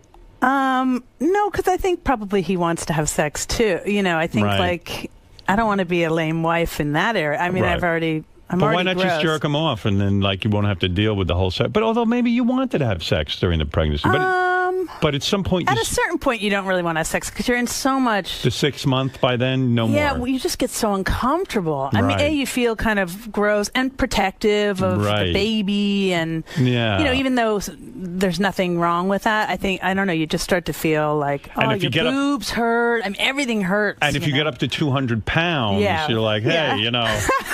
suddenly I'm like a mercy. It was unbelievable. Yeah. Wow, I so can't imagine. yeah, but I did that. I became huge with each of the babies. Are I've you a had 3 kids. breastfeeder? Do you feed?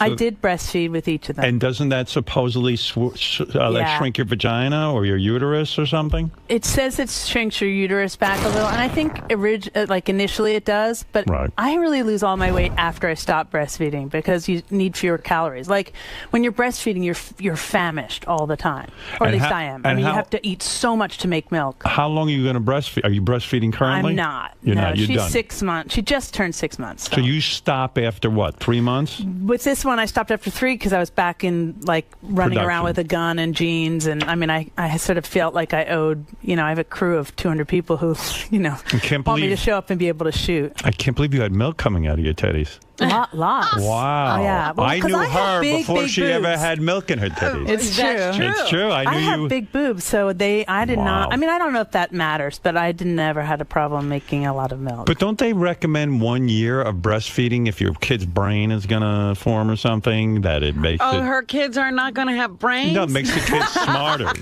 Tough break. Mommy's on TV.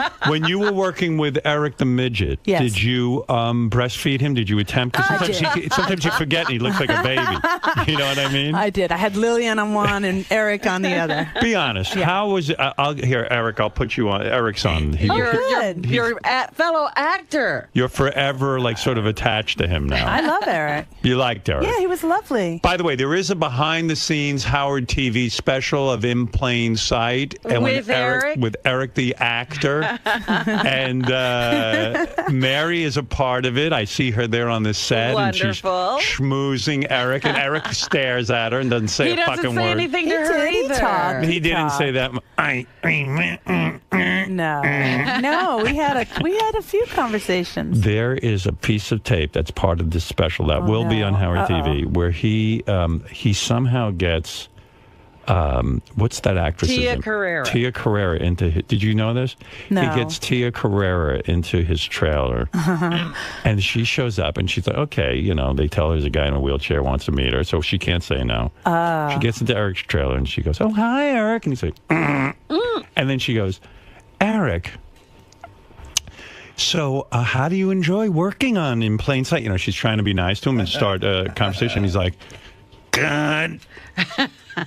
And now Tia Carrera is staring at him, waiting. She knows she can't just walk away.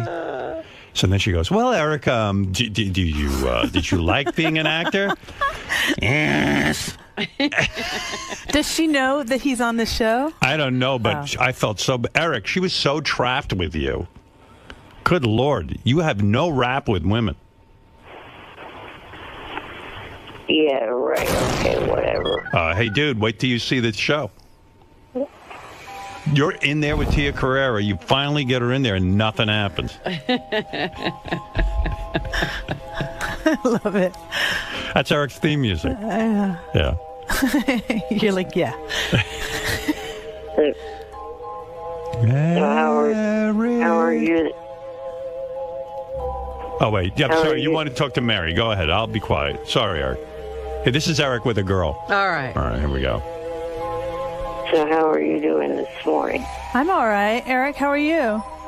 I'm good. That's a wrap. How are things going on the set now? Things are okay. We're getting through it. We're in our second to last episode. That's good. So is there going to be any rap parties or anything like that? Oh, there is a rap party. You're welcome to come. Yeah, but you'll have to fly him in and get him an oxygen tank. You gotta get there yourself. Yeah, right. Eric, why don't you just go to the rap party? Will there be Pepsi?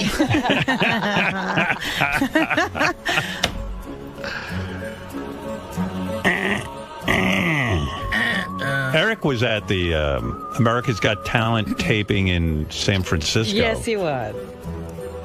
And I did go over and say hi, and I said, "Hey, Eric, what's happening?" He goes,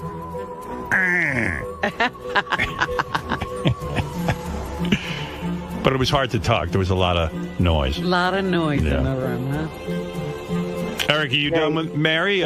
Mary, by the way, was very kind of you to put Eric in the show. Happy to. Yeah. How did he do, really? He did great. Yeah. Have you seen his work? I haven't seen it all cut together. Right. But I was there. Were you in the scene told that with he him. did a good job? Yeah. Yeah. Yeah, I think he did great. Yeah. Mary says you did great. She's a tough critic. Thank you. Thank you for doing it. All right, Eric.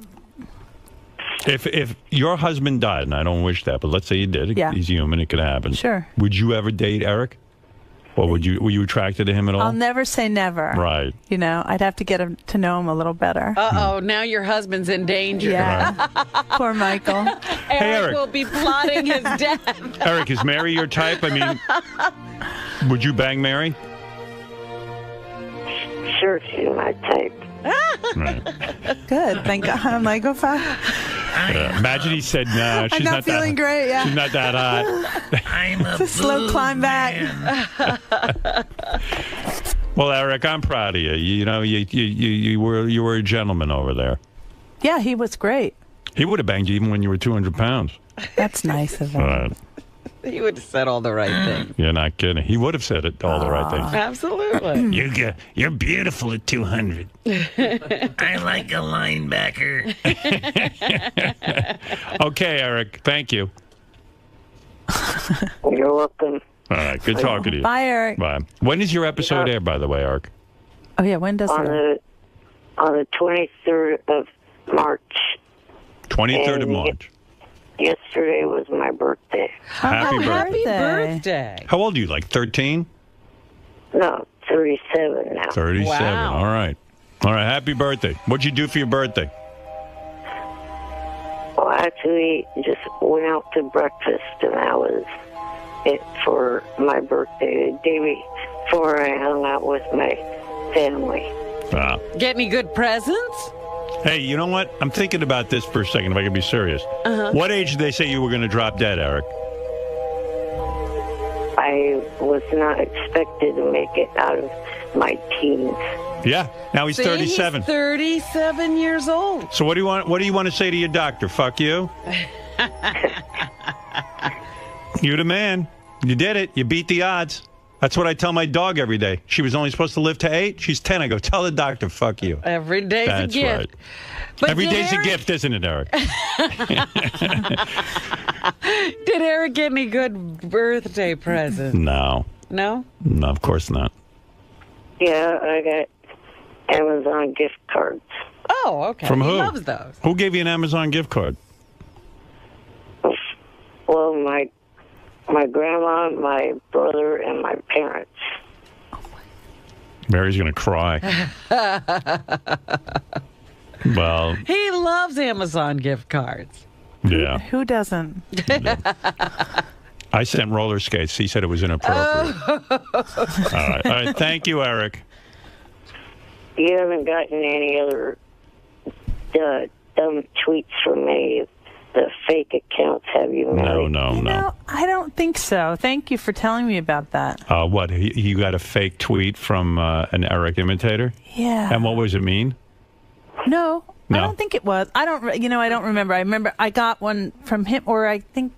You don't know. I don't remember. I don't actually always. I'll go you away for weeks. tweet a lot, actually. Like I'll do like 10 in a row, and then I won't look at it for a month because I get busy. But so Mary's I'm really inconsistent. Mary's very nice on Twitter and answers. Well, she's very sweet to people. And, yeah. Yeah, I mean, I don't have that kind of sense of humor.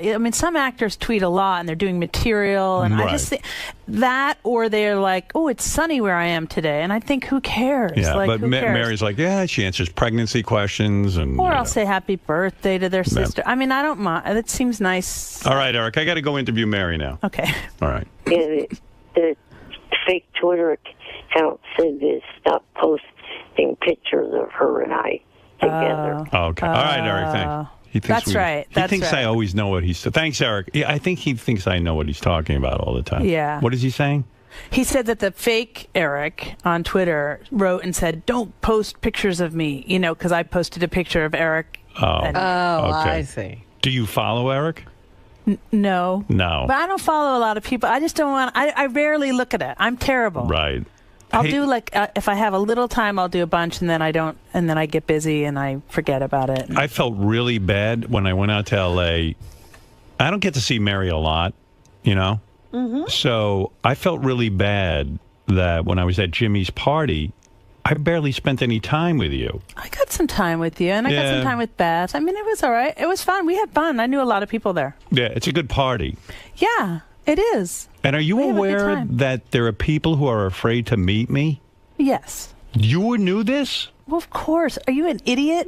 Yeah, I guess so. What would be intimidating? What are you talking about? Who's afraid to meet him? Yo, I was listening to John Hines' show. And there was an actor there, this guy. What's his name? He's on Parks and Recreation. I don't know his name. What is this guy's name? Do you know this guy? I've seen him before. Scott. I don't know his name. Adam Scott. Adam Scott. Yeah, Adam Scott. Right. Great actor.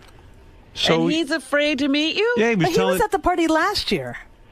Yeah, so the guy says, gee, Jimmy was supposed to introduce me, and I had a whole speech planned for Howard. And I'm like, what am I, the fucking Messiah? I mean, honest to God. I mean, what is that? And so the guy people are fans of the show, but and the I guy think it's hard came to up- meet someone when you're a big fan. But why wouldn't you walk up and just say, "Hey, I'm a fan of the show. My name You're is at the my party name." No, even. you say, "My name is Adam Scott. I'm an actor on Parks and Recreation, and I like to say hello to you and meet you." And I'd say, "Hey, Adam, what's happened?" I mean, what is this? All of a sudden, people are afraid to meet me. All of a sudden? All of a sudden, what is it about me? Yeah, he doesn't hear the reputation he has. You tell me, Mary. What is it? No, Robin, you tell him. No, Mary, what is it? Well, I don't know, because I didn't know you as. I mean, you've always been sweet to me, so Right. I'm not. I don't have those feelings, but I think people, I mean, it can be a tough room. It can be a tough interview. I think people think that your sense of humor on the radio show might be carried on in person? Maybe, yeah. Do you think it has to do with the fact that I'm a judge now? People feel I'm sitting in judgment. That you're now? judging. You're so into your position. Hey, What a douche. I'm a judge. What, you're a judge? No, I'm don't a think judge. it's that. No, but actors, you have a lot of I mean, that's a fancy party now. You're hobnobbing. It's a big deal. I remember when we first started to become friends, you wouldn't go to those parties because you'd No. say it was too difficult for you to then do your radio show. But now all your friends are famous people. You have Yeah. a lot of super famous actor friends. Yeah, I dropped all my regular friends. Seems like it. Yeah, I really have. No, it's all. And you know what? He's not taken with himself. I'm so much happier. Yeah. Famous friends are better Yeah. than regular You've got friends. a lot of them. But you know what? A lot of the people at Jimmy's party Are I not don't- your friends? Yeah, I mean, I don't really know them. Right. But you have a lot of more famous friends now than when we first got But to who is my? I mean, Jimmy's a famous friend. Kristen Bell. You've got all kinds of famous friends. K-Bell, you mean? Yeah, we call her K-Bell. Yeah, I mean, it's a new time in your life where famous people are sort of now allowed in. They weren't allowed in before. K-Bell is yeah, that's true. And you know what I You were realized? vigilant about it. Can I tell you something that happened to me? And this happened in therapy. I said, for so long, I've actually kept myself isolated. Like I would not be friends with anybody famous. I felt that I know, I remember. It was like, that's not me. That's not who I am. And then one day I'm sitting there, I go, you know what? I'm in show business. I didn't believe I was. And then I said, I am in show business. And whenever I get to meet somebody who's famous and they start to talk about what it's like for them, I feel that we have something in common that we can talk about. And it's very interesting to me to hear Jimmy talk about his job, or to hear, when we became friends, to hear you talk about acting and being on a set. And I found that I said, why shouldn't I have some famous friends? So it's not that I socialize a lot anyway. But I became friends with you, and my life was better for it. So, yeah, so why shouldn't I have some famous friends? Well, I'm not really famous, but... Well, you are. I mean, you're on a show. But why is the show ending? Did the ratings go down? No, our ratings are really good. I think... I mean, I don't know. I'd have to ask the USA folks that, but I think, shows get more expensive as they go on in years. And, a lot more. Are you sad? Don't give me the PR answer. No, I'll give you the real answer. Sad? I'm not sad because I feel so tired. I'm so tired from the work. And also having 3 kids. Yeah, I think I should be around more than I'm around right now. I know I should. Will you bring the kids to the set? They come to the set, but, they're kids, so they have school, and they have lessons, and they have, so... So do they go to school in New Mexico? Both. They go both places. They get pulled out. Weird. It's not good, ultimately. Are they sad when they leave New Mexico friends and then have to go to They're LA not. friends? I think they're so used to it, which is like, I think they're so used to, like, just going back and forth. Do you regret having a 3rd kid? No. You're happy about it? She's so sweet. Wasn't it an accident? No. This was planned? Yeah. And when you go on talk shows... More than planned. I mean, she was mixed in a dish. When you go on talk shows... Oh, she was? Yeah. Oh, you mean you couldn't get knocked up the regular way? No, I tried. With the first 2, I had no trouble. And this one, I had to sort of involve a bunch of science. Oh, wow. So they're your eggs. Yes. It's all us, which is, nice. And so that you went somewhere... And what happens? Well, Michael has to go into a dish? He goes into a little room and does his thing, and then they harvested your eggs? Yeah, you sort of take a bunch of drugs, and then they take the eggs out of your body, and then they put it in a dish. How many times did you go through that? 4. It's very dangerous, I feel. All these drugs. It's painful, isn't it? It's a little painful. It's not that painful, but the shots suck. I mean, that sucks, and your hormones go crazy, and you're right. It's probably not good for your body. No, I'm against it. I know you are. I really am. I know, but I needed that little bit. I just wanted her so much. I feel a lot of women are going to get issues from these drugs Don't they say give them. That. Not you. Not you. Not me. Knock on wood. Don't say it. I am. I'm knocking on wood right now. now. Go ahead. There is no wood. That's what... Oh. I'm sure it's fake. Shit. So... I'm fucked. Wait a second. So you went through that 4 times. They put these drugs in you, and then you got your baby. Dr. Ringler, Santa Monica. Did you want a boy? No, I didn't care about gender at all. I mean, I really didn't. You're not disappointed that no, you I have kind a of third think girl? I mean, I will be when they're teenagers. I know I'm doomed. Right. But, and when you go on talk shows and you talk about you don't like your second daughter. I do like her, but I just give her shit. Yeah, I know. but she's a piece of work. But don't you think she's going to grow up and see that she at some might, point? but if she doesn't get the joke, then that's no daughter. I mean, that's just she has to get the joke. It's hard to come up with material. See, people don't understand that. I've explained that to my kids. It's hard to come up with bits. My kids see a lot of my old stuff, and they go, "Dad, how could you have said this? How could you have said?" I said, "You don't understand. It's difficult. It's pressure to come up with material." I don't know how you do it. You do it every day. I do it once a year. Yeah, right.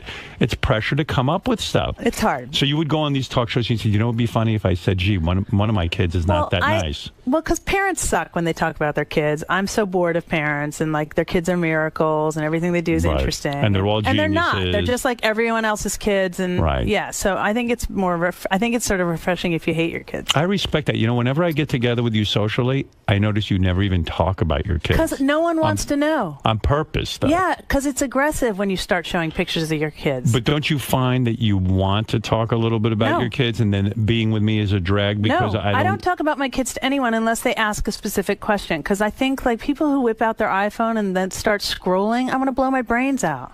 Yeah, you see, my parents told me that though.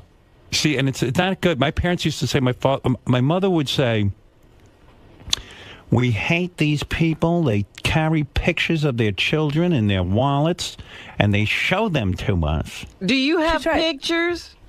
Of course. Yeah. Okay. Well, But my father goes. Of course, it has nothing. Yeah, but listen, my Mary, husband and I can pictures talk are- about my kids all day long. Right, the pictures but that's are for an you. appropriate audience. Yes. Absolutely. That's what I said. His parents wouldn't even carry pictures. No, my father goes, I won't carry a picture of you. Why would I do that? That's different. No, and we I have a was lot just of like, pictures. do you hate me? No. And you know, when I had my kids, I made a point to carry a picture Yeah, of that's them. different. Of course, For that feels like myself. love. Of course, and also for them, so that then they see you have a picture Yes, of them. yes. No, that's love. But I don't know that you have to share it with everyone else. Right. Unless, Beth is very, very sweet, like perfect manners, and always says, I need to see an updated photo of Lil. Like, she couldn't be That's sweeter. why I love her. She because could not be sweeter. I don't care if she means it or not. It's like lovely. I've lovely. blocked out that you have kids. You know what I mean? I know. I don't You want to don't know know that that. anyone I has know. kids. I know. don't I give get a fuck it. to talk about kids. I like Mary when she doesn't have kids. I know. And then, but Beth is like an angel. She's She'll so go, sweet. You know, Mary, what Perfect do you think? manners. What's this one? Lil? You know, I go, who's Lil? No, You know, she's so you know, sweet. I yeah. know. She has perfect manners. Yeah, right. No, She's you like- couldn't have done better. You, No, you definitely married She well. knows how to. She's lovely. Right. She's perfect. No, she's perfect. She asks all the questions. But I would never offer a picture of Lil unless someone wrote to me specifically, and maybe even 2 or 3 times. Yeah, and a lot said, of times- Hey, you never sent that photo. Like, I just think parents bore me with the photos. Yeah, Beth will complain later when we get home, and then I'll say, well, why did you ask for the picture? She goes, well, I was I'm being sure, nice. I'm sure. Yeah, right. I'm sure, but I do make her ask 2 or 3 times. I don't willy-nilly send No, them. you're smart. You're smart. So the show is ending, and now you're happy because you'll get out I into love Mexico. the show. I actually have loved it. I love the part. The show creator wrote a great part for me. And it was a has to great be part. good money. It was great money, and it was fun. I work with great people. I mean, there isn't a time when we're sitting around talking about you. I go, Yeah. I wonder what Mary got paid to be on In Plain Sight. It had to be That's some your pretty good question? money. He's Yeah, what always do I- obsessed with them. No, I want to know how she's doing. I want to know if she's set up for life. Doing fine. Yeah, are you set I'm up? Well, for life, no. But I have No. 3 kids, so that and And your husband's doing well. he's doing well. Is he making some money though? He is. He's Or is he doing walking great. around being an artist? No, he's doing the finale of Smash right now. He's Right. directing that. He's doing great. directing that. He's working, which All is right. fabulous. Are you scared now you'll never find work again because all actresses are insecure? I just signed up to do a half-hour sitcom. Actually, Oh, that wow. I've never done. I know. No kidding. Now, who will that be for? ABC. ABC. So they came to you and they said, Do you want to do this? And I Right. read it, and I love the writer. did you suck up to Bob Iger at Jimmy's party? Bob Iger I did is not the, meet Bob Iger. He's the head of Disney. I know, He's I the head of didn't meet ABC. And you, why didn't you say to me, Howard, 'Cause what am I introduce gonna- me to Bobby Iger? I didn't even know Bobby Iger was there. Yeah, we call him Bob. I know you Right, do. I got it. right. He's so fancy now. Yeah. Oh, I have a lot of fancy friends. I know. See me talking to George Clooney? Invited me to that place of his in Italy. Oh, really? Yeah, I said I'm too busy. I told him, why the fuck would I go there? What's doing there? That's the way I am. That's the way I roll now, yeah. So when you were at the party, who did you talk to the whole time? I talked to Stamos, which is always fun. Yeah, did he tell you how, I got to find the right girl, I got to find the right girl. Didn't he have a Fuck girl off. with him? That Oh, yeah, night? yeah, yeah, yeah. And He he's could- still trying to find the right He girl. could be in a room with a girl going, I got to find the right girl. I go, well, what's wrong with the one you have? She's gorgeous. What could, I mean, how bad? What's his deal? It's like he can't find the right woman. I mean, fuck off. You know what? Better he doesn't get with a woman. Uh-huh. Because he's never going to stay faithful. Uh-huh. He's too good looking. Uh-huh. And he loves it. And he loves banging multiple models and Really, chicks. yeah. For him to be in a relationship is impossible. Right. Right? You agree? I don't know. What did you talk to Stamos about the whole time? We were talking about, he was talking about TV and what he was doing next and Oh. the show. Lucky. And, yeah. Sounds like you're a lucky girl. The typical Hollywood conversation. Yeah, right. What did you say? Oh, yes, I'm doing a sitcom. And then he said, oh, I'm doing this and that. Mhm. Oh, that sounds like a good conversation. It was okay. Sounds like you had a fun time. It was Who else okay. did you talk to I talked there? to Courtney. Courtney Cox. Oh, there's a lot to be said there. Yeah, I and like her a David lot. and Courtney are friends. They walk around Hats together. off. They Yeah. should. I think that's nice. I'm proud of David. Yeah. He took the high road. Yeah, I think that's really nice. Yeah. Which road else could he take? Well, why not? Right. You're right. He took the high road. Well, listen, It's the right road. a lot of couples get divorced. They can't even talk to each other. You know? I talked to Krista Miller. Krista, lovely girl. Lovely. I did a whole photo shoot of her. I heard. An I saw- erotic. yeah. Erotic. What did you think? Yeah, she said. No, Yeah. I haven't seen it. She said that you did. Who's a better conversationalist, Eric the actor or John Stamos? I love Stamos. You know that. So nice. So that was Krista. I talked to Carol Leifer. Carol I like her a Leifer. lot. Right. How long did you talk to her for? A good amount of time. Right. And she's there with her lesbian life mate, right? Yeah, that's always and I talked fun. to George Clooney. Oh, you did? Yeah, well, I worked with George. Oh, that's right. Yeah, on this short-lived HBO show called K Street. Yeah. Who was an ass at the party to you? Who did you go home and talk behind their back and say, ugh? I don't think I did. Did you say anybody look really bad? No, everyone looks amazing. It's Side man. incredible. That's, Yeah, but I felt that's a bad. pretty good-looking group. See, I went home. Yeah, no kidding. I think I went home and was like, oh, I got to pull my crap together. Jimmy takes pictures at the party and then sends them to me. And he goes, if there's any you don't like, I'll get rid of them. So I look at myself standing next to George Clooney, and like David Arquette's a good-looking guy, and this one, Mary's husband's a good-looking guy, and it's like you know So what? all these pictures are bad. Yeah, I look shitty in every picture. Yeah, I I wouldn't really want to do. see any of those. Oh my God! And I just go, look, leave me out of those fucking pictures, would you? He goes, surely you must like one of them, but I don't. I don't like the way I look. No, I don't like the way I look. Yeah, well, you know, you look good, believe me. Well, anyway, look, the show is In plain sight. It premieres this Friday night Yep. at 10 o'clock on USA. This is the last season because it's too expensive to make. Right. And I have a baby in this season because they had to write my pregnancy in last season. So this season I have a baby. So you got a gun, a baby. Yeah. And when we shoot the baby days, we have like 8 babies on set. That's realistic. They as just you, keep taking them out. a pregnant woman who shoots people. That's right. That's right. You know, that would have been a great part for Eric, being the baby. Oh. Why didn't you make him the baby? He could be one of the 8 babies. That would be great. All of a sudden, like, you know. Same T-shirt. They're all dressed the same. Why don't you guys hire me as a writer? I could come up with some stuff. Let's go to Jim. Jim, good morning. You're on the air. Hi, Mary. How you doing this morning? Okay. Thanks. I wanted to ask you a question. Have you ever had a orgasm doing a love scene? No. What about the ones you did with me? I had it then. I had forgotten. Yeah. Yeah. I'd Mary forgotten. even says her best acting job was private parts. It definitely was my most fun I've ever had. Yeah. I don't know why it was so much fun. I mean, I would imagine all these sets are fun. You know, wherever I go, it's fun. You know why? Because on this America's Got Talent, the whole crew walks around and goes, now it's fun working here. Yeah. So I think it's me. It probably is you. I do think you set a tone. You're the missing link. But I don't you were nice understand. to the crew. You made jokes. I mean, I think it was a nice work environment. But what I do is I go out and I do America's Got Talent, and then I walk into my dressing room and I lock myself in there until the next taping. I don't know why I'd be I know. fun. You probably make jokes between setups, and you make fun of yourself. And I don't. I don't know why I'm fun. You're the same mess you are here. Yeah. I mean, I'm so not fun. People seem to have fun when I'm around.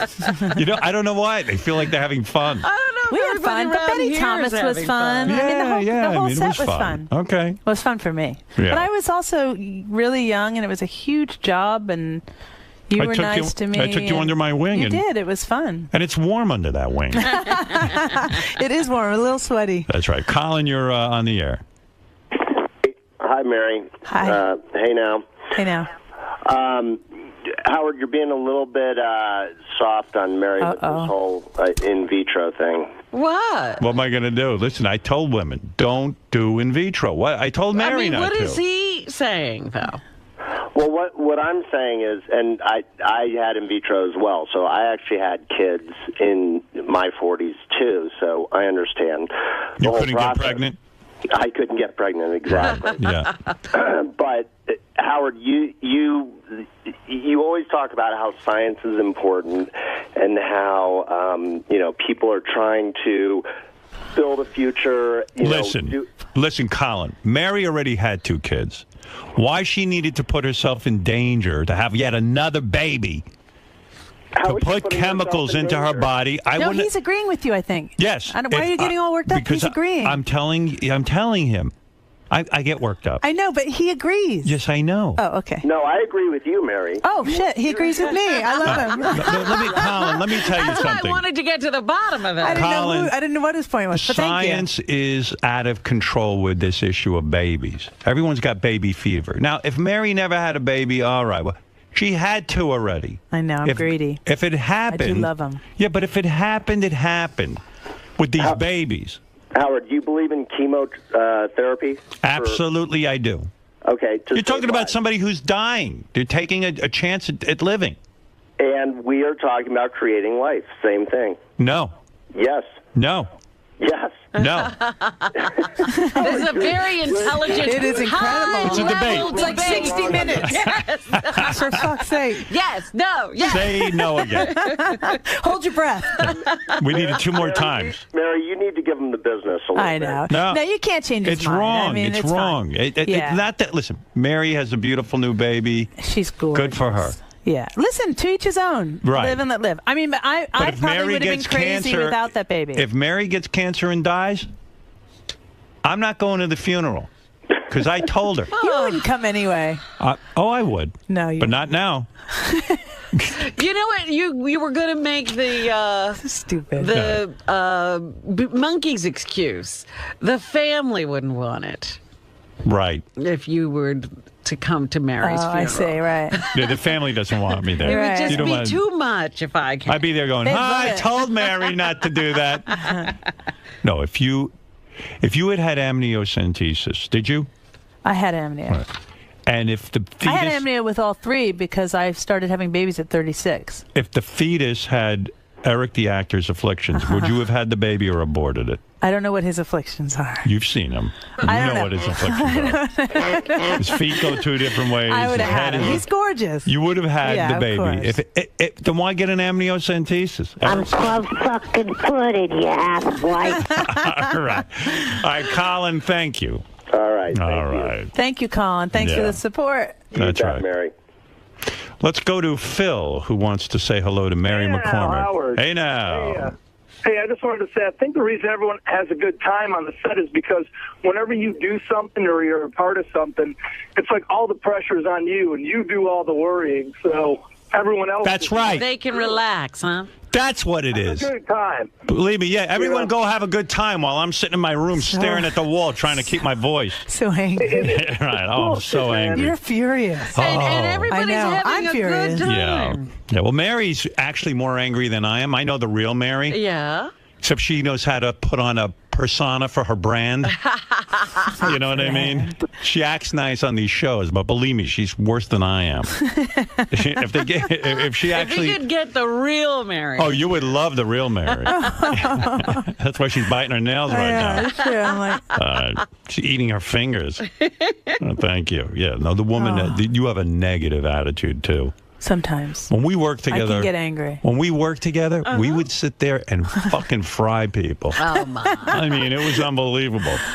Oh, no, and then that's she not would, true. and then she would put on one scene. She had to be pregnant. Yeah.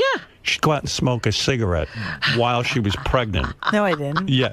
To get people's reactions on the street. Oh my god! I had a It friend was funny who- though because I was like 9 months pregnant. Right. Like the Yes. pregnancy pad was huge, and we were shooting on the Upper West Side. Yeah, and which like the mommies, like even if the mommy, remember the looks the mommies would give me if I Right. ripped a smoke. I had a friend who did that for real. She was a smoker, and she did not stop smoking during her first pregnancy. Well, she showed them. And Yep. people would come up to her and say something, and she would put the cigarette down by her belly and say, "Have a couple of..." Well, you know what? Ash, she should ash on it. So imagine we're shooting this movie. Mary's in a pregnancy, like a fat Like the suit. fat suit, Like a fat yes. suit. She goes down on the street. She says, "Watch this." She lights a cigarette. I go, "Mary, you don't smoke." She goes, "Yeah, but for this, I'm doing it." She lights a cigarette, and she's puffing away. And these women would walk by and say shit to her. Oh yeah, everybody thinks they have a right. Yeah, I to love say that. Oh yeah, something. no, the fetus is everybody's. It was great. It was funnier than the movie. No. Matt, go ahead. You're on the air. Hey now. Hey now. There. Hi. Were you able to achieve an orgasm while you were pregnant? Yes. Sure. Oh, fantastic. Why not? Cool. Wow. Awesome. Well, the women have more juices when they're pregnant, from what I read. It's like climbing on at the Wet and Wild. It's a fantastic. That's right. Oh, my. Well, Mary, anything else you want to say about the show? All right. No, I don't think so. Yeah, I think Tune you got in. it all Tune out in there. and watch. It's fun. You'll be. It's a shoot 'em up. It's great. We have 8 more. Our final season is 8 episodes. Mary is an officer of the law. What do they call that? I'm a U.S. Marshal. U.S. Marshal. And the show's about witness protection. Right, and she takes these people and gives them a new life. Yeah. And then tries to keep them on the straight and narrow and That's keep them right. from getting killed. And they're usually sort of, Go ahead, Rick. Hey, thanks, King. Mary, were you spanked growing up, and do you like to have your ass spanked now? I was not spanked growing up. But yes to now, right? Well, sure. Do you allow your husband to spank you? No. I think I would laugh if someone tried to spank me. Mary's not that type of girl where you could spank her and I then don't think not so. comment on it. I don't think so. Yeah, you can't get into it. I don't know. Spanking? No, I don't think so. If I was in bed with you, I wouldn't spank you. No. Like, I wouldn't spank Robin. There's certain No. women you don't spank. Right. Yeah. I don't right. think so. And no. Mary, what's your kingpin? My kink pin? No, what's your thing? What is what's your your thing in kink? bed? I was He like, wants huh? to know what your kinky thing is. Oh. Is there anything kinky about you? I think I'm pretty old-fashioned. Well, you're a Sorry. Catholic girl. I mean, Yeah. there's certain rules to that. Yeah. Her kink is in vitro. Yeah, that's where I get it really Yeah. hot. That's as kinky as she gets. Ooh, the cells are dividing. What she likes to do is extract your sperm, mix them outside of her body I do. with her eggs, and then put them back into That's her. right. How fucking wild is that? All right. Listen, Mary, we could talk all day about Jimmy's party. But there's a lot to say. Clooney Did you talk see, to you? Yeah, he's What did lovely. Clooney say to you? Golly, I don't know. What did we talk about? It was Did so you long talk ago, to I Stacy remember. Keibler, his girlfriend? Yeah, she seems really nice. Yeah, I like her a lot. she was nice. Yeah.